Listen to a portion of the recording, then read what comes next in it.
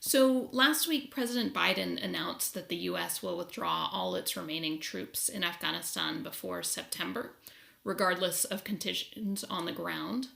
This triggered plans from NATO partners who also have troops in the country to start withdrawing too.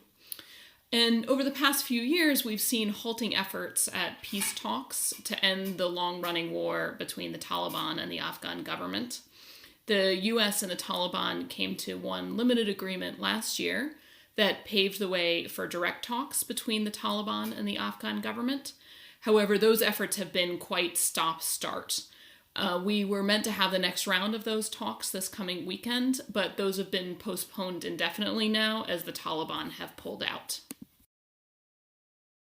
So on the international community side, I would say that there was a lack of coordination and coherence in the strategy pretty much throughout the entire conflict, while also facing a really challenging situation on the ground.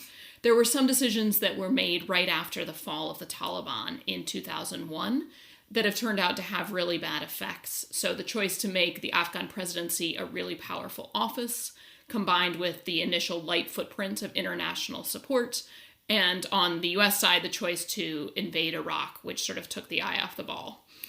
Then in the middle years of the conflict, the international community really swung the pendulum towards a very maximalist effort in Afghanistan. It was very resource intensive. It was a counterinsurgency effort that was aiming to defeat the Taliban outright. That proved unsustainable. It also proved counterproductive in a lot of ways, like fueling corruption. Then in more recent years, during the latter parts of the Obama administration and the Trump administration, efforts to negotiate a political settlement have gained steam.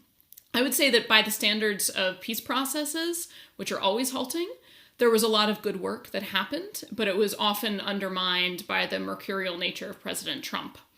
By the time the Biden administration took charge this year, the U.S. had basically already been painted into a corner and had agreed to withdraw by May 1.